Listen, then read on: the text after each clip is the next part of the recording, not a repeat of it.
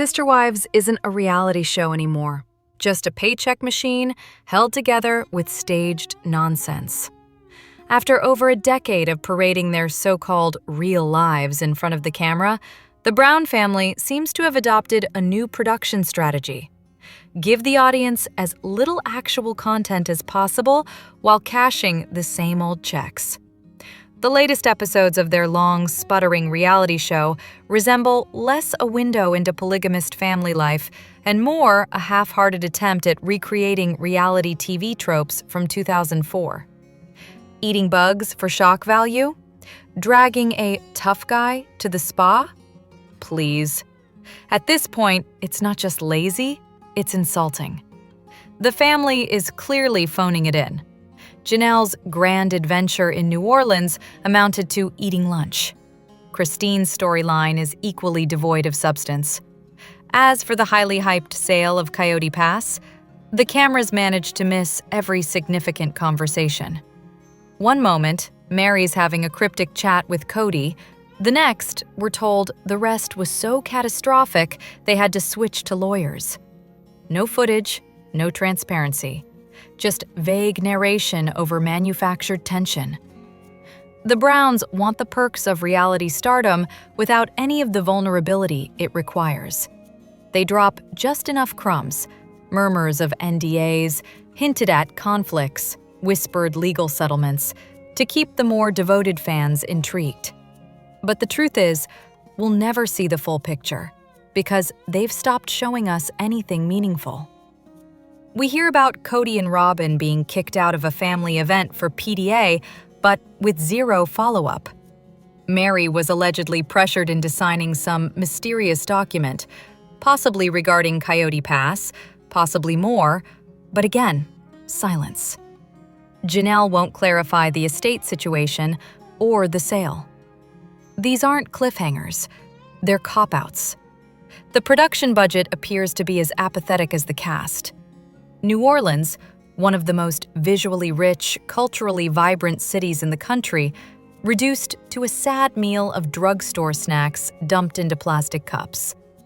The infamous bug-eating moment, less a culinary dare and more a middle school prank with novelty store chocolate insects. Were they working with a $100 group budget or just allergic to effort? At this point, the show has devolved into a glorified podcast, background noise fit for folding laundry. And that's generous. These aren't just dull people, they're disingenuous ones. Every single member of the Brown family has, in some way, manipulated their audience. Cody and Robyn may lead the pack with their self-serving narratives and evasive posturing, but the others are far from innocent. The long parade of side hustles, shady business schemes, and snake oil sales tactics aimed at loyal fans only further reveals a group more interested in profiting from their notoriety than sharing anything real. Reality television depends on, well, reality. If the Browns are done being honest, vulnerable, or even remotely interesting, they should do the decent thing and retire the series. But they won't, because, of course, the checks keep coming. Just don't expect the viewers to keep watching or caring. Robyn says she doesn't endorse fakeness. That might be the fakest thing she's ever said. Poor Justin, the beleaguered realtor, seemed to embody the universal expression of "get me out of here" as he stumbled through an excruciatingly awkward encounter that no real estate commission, however padded, could possibly justify. Yes, he's likely pocketing a handsome sum from both Christine's property and the Cody-Robyn McMansion deal, but money doesn't buy dignity, and his looked thoroughly bankrupt. Robyn, ever the accidental comedienne, delivered her now legendary line, "I don't endorse fakeness." One assumes she did so with a straight face, though the irony may have sent seismic waves through the very foundation of their new home. It's not fakeness she's rejecting, it's accountability. Conveniently forgotten is the six-figure sum quietly pocketed from the sale of her previous home. a sum to which Mary and Janelle had contributed. There was no payback, no mention, just silence and a new address. Mary's stony glare was unmistakable. Janelle, ever more transparent, didn't bother masking her indifference. But neither woman played fake. The only performance on display was Robyn's. If repayment is too distasteful a concept for Cody, perhaps Robyn, queen of moral high ground, could lead by example and return at least her half of the money. Then again, she may have already spent it on dolls. Yes, dolls. The sheer volume of money Robyn has reportedly funneled into her hobby could likely reimburse a sizable chunk of what's owed. But priorities, as always, remain skewed. And then came the line that nearly defied medical science. Robyn hates girl games. One could choke on the irony. Her entire existence within this narrative is a masterstroke of manipulation masquerading as martyrdom. And then there's Cody. Ever desperate to flex some imagined masculinity, he drags poor Justin into his cosplay of rugged manhood, work gloves, beer, cigar, and all. It's a fantasy of brodom so artificial, it begs for parody. Justin, a supposed professional, strangely gravitated toward Cody and Robyn, neglecting even the basic etiquette of introducing himself to the other clients. Perhaps Cody had poisoned the well before the meeting even began. One wouldn't be surprised if Justin blocked his number the moment he drove away. As for the meeting itself, a masterclass in producer-manufactured cringe. One hopes this spectacle was a contractual obligation because, as a real estate professional, subjecting clients to that level of staged discomfort serves no purpose, except to create empty content for a show increasingly held together by fumes and flashbacks. Justin's tardiness, the awkward silences, the blatant lack of purpose, it all made him look less like a trusted broker and more like a pawn in someone else's farcical game. In the end, it was a scene that insulted both cast and audience. Nothing happened, nothing was resolved, and the only thing it revealed was the depth of desperation behind the cameras. A hollow setup, performed with the grace of a middle school play and the authenticity of a vending machine apology. Bravo, production team. Truly, the bar continues to sink. Cody Brown didn't get eliminated from Special Forces. He got exposed. In what can only be described as poetic justice wrapped in camouflage, 2025 closed with the unexpected gift of watching Cody Brown doused with a bucket of water and dismissed from Special Forces, an elimination served with a side of well-earned derision. To witness actual professionals call him a creep on national television was less a shock and more a long-overdue public service announcement. Cody's exit wasn't some heroic bow-out. It was a direct result of his failure, yet again, to protect or support the women around him. Shocking, truly.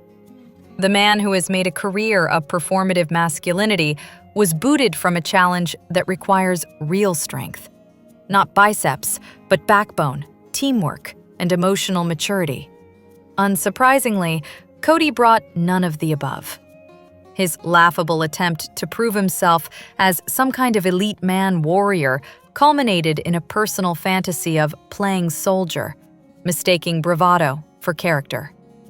He walked away clinging to one comment from D.S. Rudy about being proud of making it far, as if he hadn't just been shown the door for being, quite simply, a liability.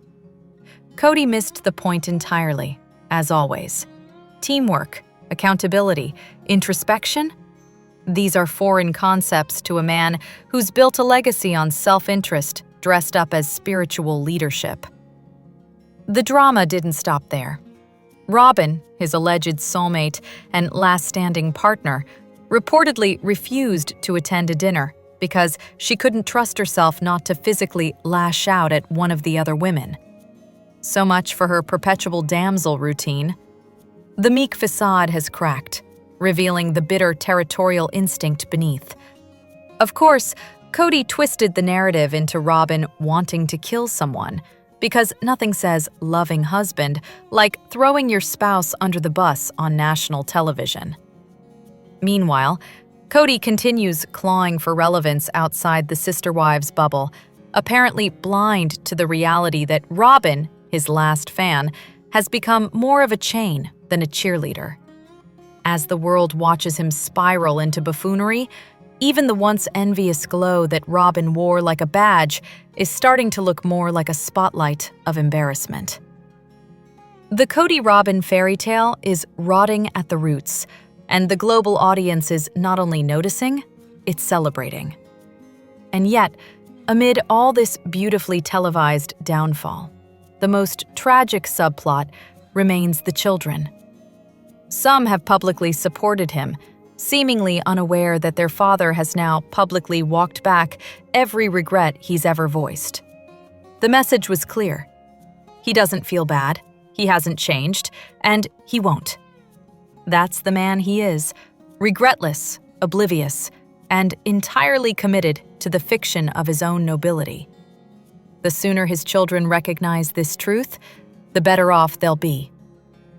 As for the rest of the Special Forces cast, the contrast couldn't be more stark. Take Sean, for example, a world-class gymnast whose very profession required precision, fearlessness, and relentless self-belief. She didn't just survive, she excelled. Where Cody postured, she persevered. Where he failed, she flourished.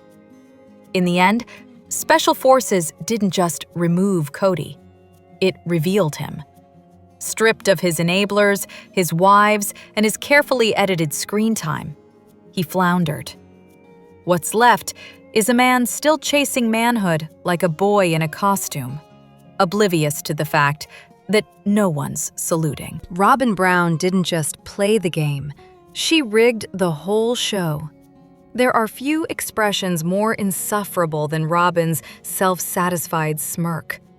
Except perhaps when it's accompanied by the silent triumph of extracting the last financial drop from two former sister wives. As Janelle and Mary are left holding emotional IOUs and empty property stakes, Robyn floats smugly through the wreckage, smiling to herself, to Cody, to Justin, why not? And very pointedly, not to the women she just economically and relationally gutted. She knows exactly what she's done. She knows whose down payments helped build her McMansion 1.0 fantasy. And she won't risk eye contact with the collateral damage. In Robyn's universe, loyalty to Cody and the AUB comes with dividends, and she's cashing in. The other women? They're just outdated assets being written off. Robyn cloaks this ruthlessness in spiritual euphemisms.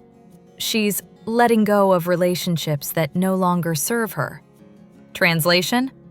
When others no longer serve Robyn, they're disposable. This isn't healing. It's hostile takeover with pearls on. Meanwhile, her husband-turned-henchman, Cody, continues his campaign to recast history by scapegoating Janelle with the finesse of a soap opera villain running out of plot. One moment, he's the architect of the "Screw Mary" plan. The next, it was all Janelle whispering treachery in his ear. You can practically hear the gears grind in his brain as he edits his own dialogue mid-scene. Actually, it was Janelle. Nice try.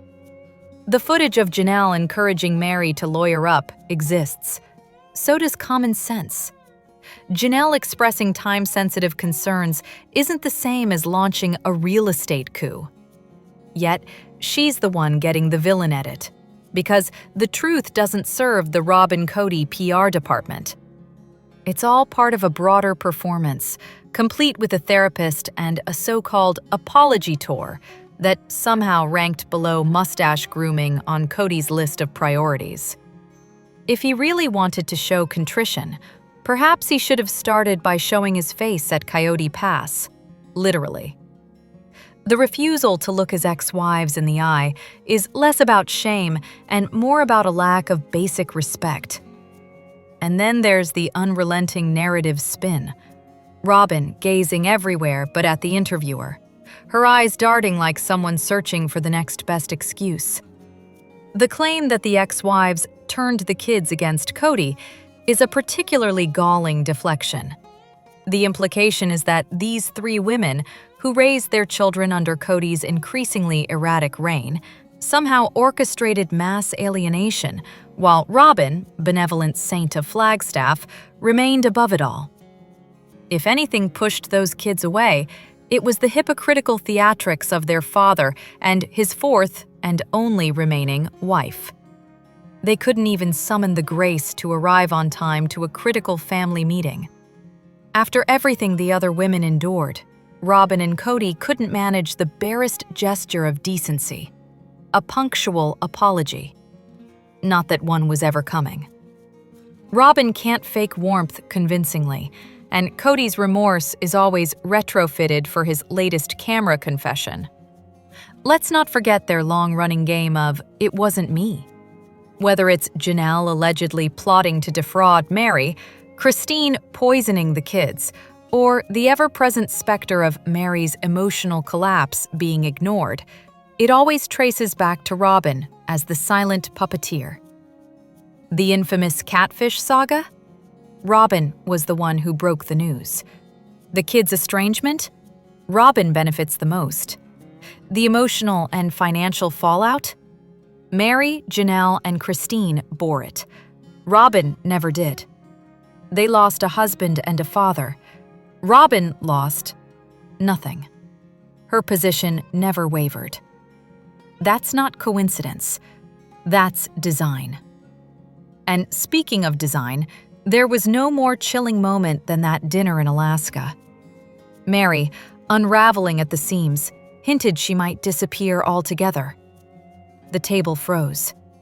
Robyn, the supposed empath, focused with laser intensity on her soup. No follow-up, no concern, no emotional outreach. Just a calculated avoidance so conspicuous it might as well have been scripted. Because when Mary's pain didn't serve Robyn's agenda, it simply didn't register. This isn't about failed relationships. It's about a slow, systematic extraction of money, of loyalty, of family unity, until all that remains is one couple clinging to a false narrative and a much too large house, pretending we haven't been watching all along. The so-called shy wife might be the biggest manipulator on reality TV, and her act is finally falling apart. At what point do the diminishing returns of reality television outweigh the benefits for Robyn Brown? One might assume the financial cushion provided by the show is vital, especially as filming now takes place inside her home, where the audience is treated to the clutter, the staged affection, and the eerily juvenile dynamic that passes for intimacy. There's no need to speculate about public opinion. Robyn's unpopularity is well documented, and the receipts of her on-screen conduct are widely available for any curious viewer. The question is whether there comes a moment when the risk of full exposure, of being unmasked as the emotionally manipulative opportunist critics claim she is, simply isn't worth the paycheck. Her recent tepid reaction to Cody's mustache-free debut says more than her monotone ever could. A small, reluctant peck, hardly the gesture of a woman overcome with lust. But then again, it's all theater, isn't it? She's not kissing a man, she's kissing the idea of a man. Or rather, the idea of still needing to pretend she finds him attractive. The chemistry has flatlined, and now there's no supporting cast to distract from the central flop. Gone are the sister wives who once served as props for Robyn's self-styled sainthood. Without them, there's no one left to condescend to, no one to one-up. And with Cody's dwindling affections spread solely across one woman, he appears predictably restless.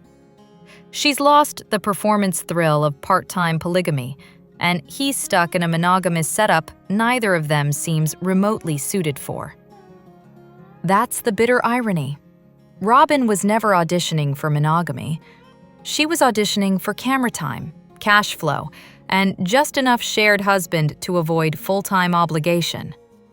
Her push to maintain the illusion of plural marriage now rings hollow, a pantomime to preserve relevance while feigning contentment with a setup she never signed up for. Even Cody, ever the chaotic narrator of his own myth, has slipped. In a recent podcast appearance, he confessed their plan to retire his shy wife Robyn from reality TV. Translation? They're scrambling to replace her income before the exit curtains close. If ABC even considers casting him on Dancing with the Stars, it will mark a new low in televised desperation, and viewers should prepare their boycotts accordingly. What was once cloaked in melodrama and overblown declarations is now exposed under harsh lighting. The romanticized rants about unrequited love, the absurd land schemes, the self-inflicted exile, it was all strategic misdirection to keep scrutiny away from Robyn and their increasingly bizarre arrangement. Now, with the spotlight firmly fixed, her dramatic arsenal has run dry. The once flowing martyr's tears have evaporated, replaced with blank stares and lifeless line readings. Whether she's exhausted, disinterested, or simply incapable of evolving beyond her singular character arc, one thing is certain: the performance is collapsing under its own weight.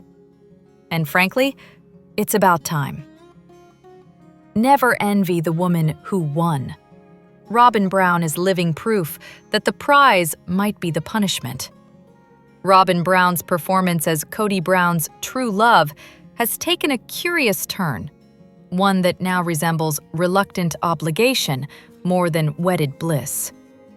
The woman who once seemed hell-bent on ascending to the top of the Brown family hierarchy appears thoroughly unimpressed with the prize she fought so hard to claim. It's hard to ignore the optics. Robyn, once the favored wife, the hot one, as she subtly reminded viewers, helped orchestrate the quiet exodus of her sister wives, and now finds herself alone with a man who increasingly resembles a cartoonish version of romantic pursuit gone wrong. Cody, with his yellowing teeth, grating attempts at seduction, and the social awareness of a wet mop, lumbers through their scenes together like a middle-aged Pepe Le Pew. And Robyn? She flinches, squirms, and turns her cheek. This isn't shyness, it's strategic nausea.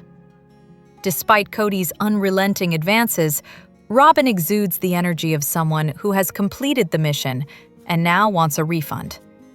The intimacy is forced. The chemistry is evaporated. Whatever spark once existed has been replaced by grim obligation, perhaps softened by reality show paychecks, child support, and household help. Mission accomplished? Interest revoked. Cody's behavior, meanwhile, only deepens the discomfort. His interactions with Robyn's children, particularly the now infamous scene involving Aurora and her boyfriend, tiptoe along the edge of cringe. Cody presents himself as the patriarchal sage, but the room reads something closer to unwelcome and awkward. The boyfriend looked cornered. Aurora seemed embarrassed. Robyn looked exhausted. Then there's the question of motive. Robyn entered the family with ambition cloaked as devotion. She slithered into the Brown household via the church, charmed the man-child at its center, and appeared to relish her status as Queen Bee. But once the dust settled and the sister wives packed their bags, what remained was less a royal court and more a gilded cage, one that smells faintly of desperation and overcooked self-delusion. There is poetic justice in the fact that Cody, who gleefully alienated 3 women and fractured a family in the name of romantic infatuation, now finds himself with no one else to escape to. The man who weaponized affection to control and manipulate has become the petulant houseguest who overstayed his welcome. And Robyn? She looks miserable. Gone is the smug certainty. In its place, tears, frustration, and the grim realization that winning a game no one wanted to play might not be the triumph she once imagined. She traded a functioning family structure for the illusion of being the one, only to find herself stuck with a narcissist whose appeal ended somewhere between beard trimmings and gaslighting. Ultimately, Robyn may have played the game well, but the prize? Kody Brown in all his glory, equal parts ego and entitlement. And now, with the cameras rolling and the curtain lifted, she's trapped in a bad love story of her own making. Fitting. Kody Brown didn't lose his kids because of polygamy. He lost them because he's a narcissist who treated fatherhood like a PR stunt. Kody Brown's latest narrative revision, blaming the breakdown of his relationships with his older children on their allegiance to their mothers, would be almost amusing if it weren't so breathtakingly arrogant. In this newly crafted tale, he casts himself as a poor, abandoned patriarch, betrayed by disloyal offspring under the influence of bitter ex-wives. The truth, of course, is less Shakespearean tragedy and more reality TV farce. Kody isn't estranged because of his children's loyalty to their mothers. He's estranged because he abandoned his children long before their mothers left him. Take Janelle, for example. Her eventual separation from Kody didn't precede the disintegration of his relationships with their children. It was a direct consequence of it. His blatant disregard for his own daughter Savannah, who posed no visible threat to his fragile ego, speaks volumes. There was no dramatic falling out, no defiance from Savannah, just neglect, pure and simple. Christine, though not initially driven by issues with the children, had long voiced concern about his absence in their lives. Even before the pandemic, it was obvious to anyone paying attention, including the children themselves, that Kody's time and affection were disproportionately reserved for Robyn and her children.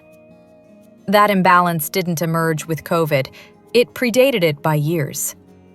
What COVID did was strip away the last vestiges of plausible deniability. Kody's claim that he reciprocates when his children reach out to him is perhaps the most revealing. Apparently, in his world, fatherhood is a customer service transaction, one that requires the child to initiate. The idea that a parent might bear responsibility for maintaining relationships with their own offspring seems lost on him. Of course, by reciprocate, he means only when those children approach him with bowed heads, offering the proper reverence to the head of the household. Anything less than blind loyalty is insubordination. This isn't about time or logistics. The Browns once lived mere feet apart, cul-de-sac close. If Kody couldn't manage meaningful interactions with the 13 biological children who were a minute's walk away, proximity was never the issue. The issue was effort, or rather, the complete lack of it. And then there's the predictable scapegoating. First, it was COVID, a convenient villain until it lost its utility. Now, it's the mothers, cast as manipulative figures turning innocent children against their saintly father. Why the sudden pivot? Possibly because citing COVID protocols no longer plays well with Kody's newfound affinity for gun shows and performative masculinity. Wearing a mask at a gun show? That's not going to earn you any points in the red pill playbook. It might even get your man card revoked. Ultimately, Kody's behavior aligns with textbook narcissism. Deflect blame, play the victim, and sob into the camera about how hard it is to be misunderstood, while never once acknowledging the damage he's inflicted. What the children are doing, speaking out publicly, calling out lies, refusing to uphold his delusions, is not disloyalty. It's liberation. The children didn't walk away from a loving, involved father. They were dismissed by a man who demanded worship, not relationship.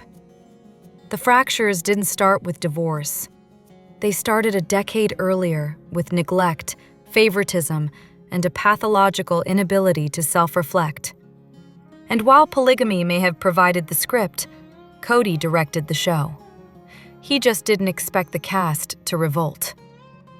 You won't believe who Cody Brown cried for, and spoiler, it wasn't his son. There's a remarkable scene, if one can stomach the irony, in which Cody and Robyn Brown sit at their kitchen table, ostensibly to discuss the pain of the original Brown children. Instead, the conversation veers, with almost gravitational inevitability, straight back to the two people Cody and Robyn care most about: Cody and Robyn. Robyn sees her estranged relationship with her biological father reflected in the current family dysfunction. Cody sees his own daddy issues. And together, they gaze into a mirror, mistaking it for a window into their children's suffering. The kids, meanwhile, remain emotionally sidelined, mere props in this self-indulgent psychodrama. Cody's emotional display hits peak absurdity when he resorts to physically tugging at his lower eyelids, apparently to wring out a tear or two. The performance would be laughable if it weren't so grotesquely self-serving. Robyn, to her credit, does produce tears, though, naturally, they're also for herself. Her lament? She resembles her biological father, a man from whom she ripped her children when she left him. A fact conveniently left unmentioned.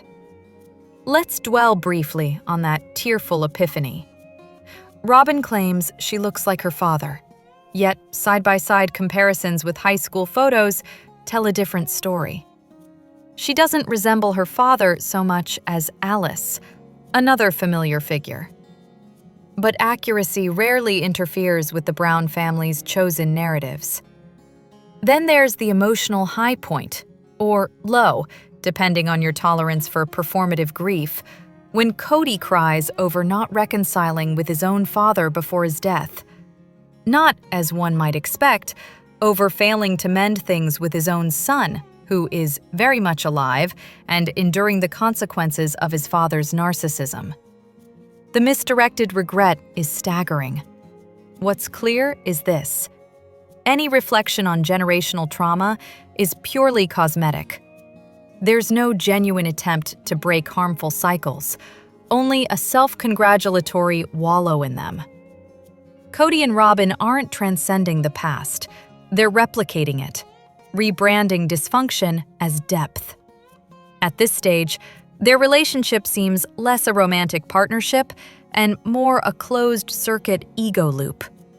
Two people locked in an endless me-off, desperate to outsuffer each other. It's the kind of mutual self-absorption that devours everything around it, including their relationships with the rest of the family. Now, suddenly, they're interested in reconciliation, but not because they've had a breakthrough. It's simply that they've exhausted the supply of mirrors. With no one left to validate their perpetual victimhood, they're forced to seek out the very bridges they once gleefully burned. The tragedy isn't that Cody and Robyn can't see the pain of others. It's that they won't. They are too busy crying into their own reflections to notice the wreckage around them. Cody didn't find his soulmate. He found his enabler, and here's why that matters. Few phrases inspire quite as much unintentional comedy as Cody Brown declaring Robyn his soulmate. One almost expects violins to swell in the background while the wreckage of his personal life smolders behind him. The irony would be delicious if it weren't so tragic. Let's be clear, this isn't a love story. It's a cautionary tale dressed up in delusion and denial. First, let's dispense with the mythology. A soulmate, by any meaningful definition, is not merely someone who tolerates your worst behavior.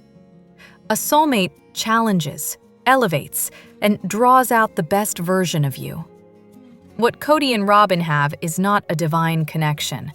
It's a mutual enmeshment built on codependence, ego reinforcement, and a shared commitment to dysfunction. If soulmates are supposed to nourish the soul, this pairing is more akin to slow emotional dehydration. Before Robyn entered the picture, Cody, while far from a model husband, at least gave the appearance of effort. His family life, though chaotic, had moments of warmth and joy. He smiled, he laughed, he parented, he tried. Then came Robyn, and with her, the beginning of the end.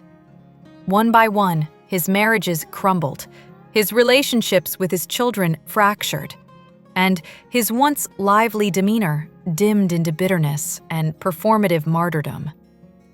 Is Robyn solely to blame? Of course not.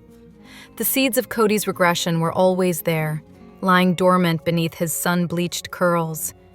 But Robyn was the perfect greenhouse, warm, contained, and fertile for ego and control.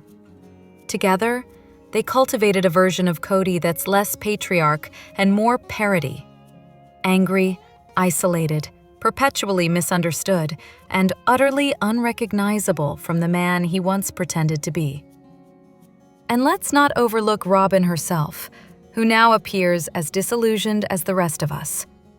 Far from glowing in the embrace of soulmate bliss, she looks increasingly worn, her expressions etched with the fatigue of constantly managing a man unraveling in slow motion.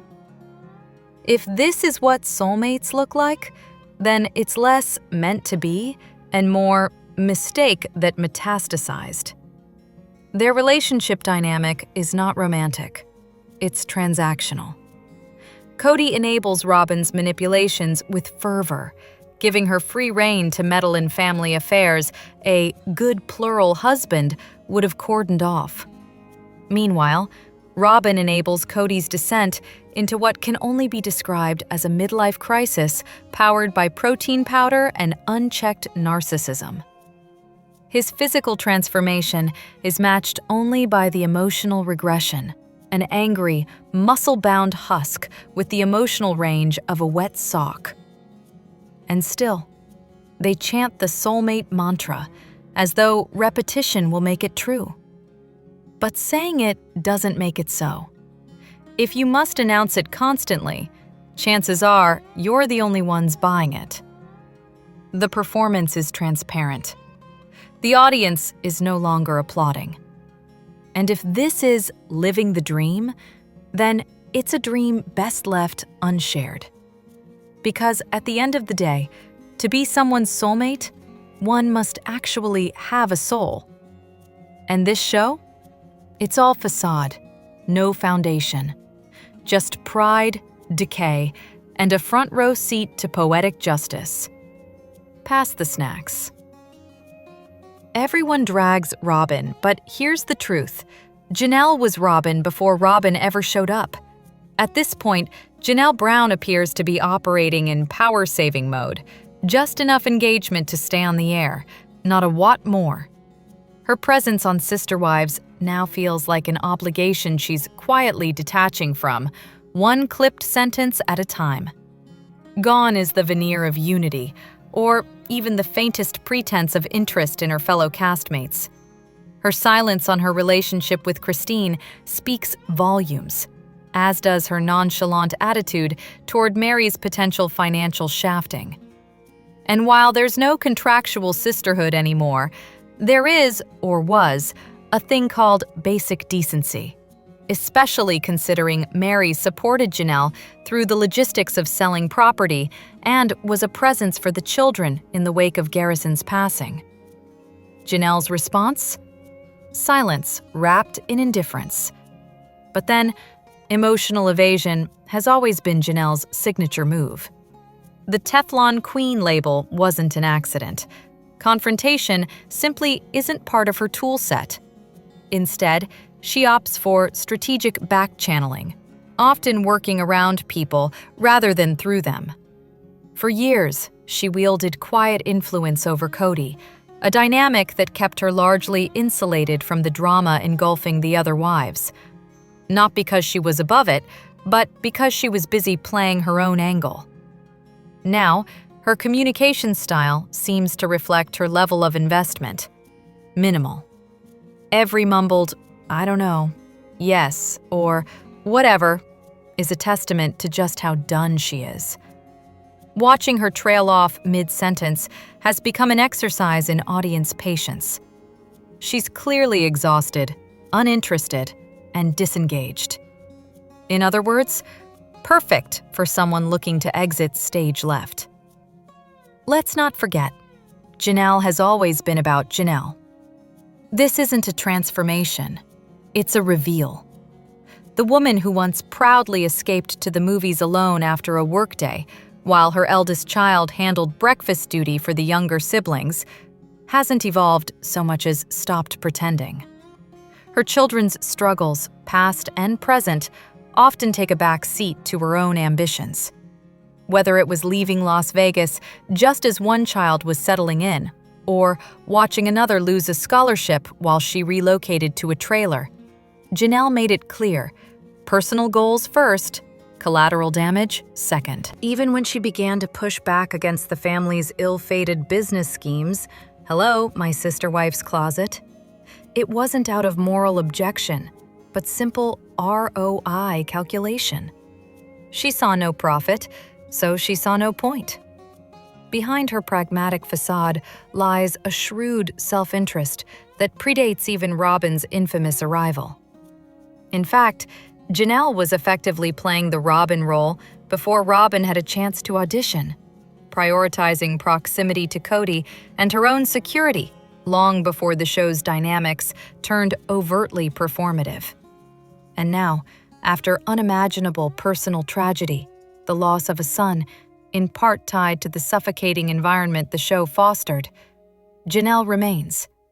Not out of passion or principle, but likely out of habit and contract. If ethics were a factor, the cameras would have stopped rolling years ago. But like the rest of the Brown clan, she seems content to cash the check, regardless of who it hurts. In the end, Janelle is not the heroic escapee some would like to imagine. She's not rising above the wreckage, she's simply stepping over it on her way out.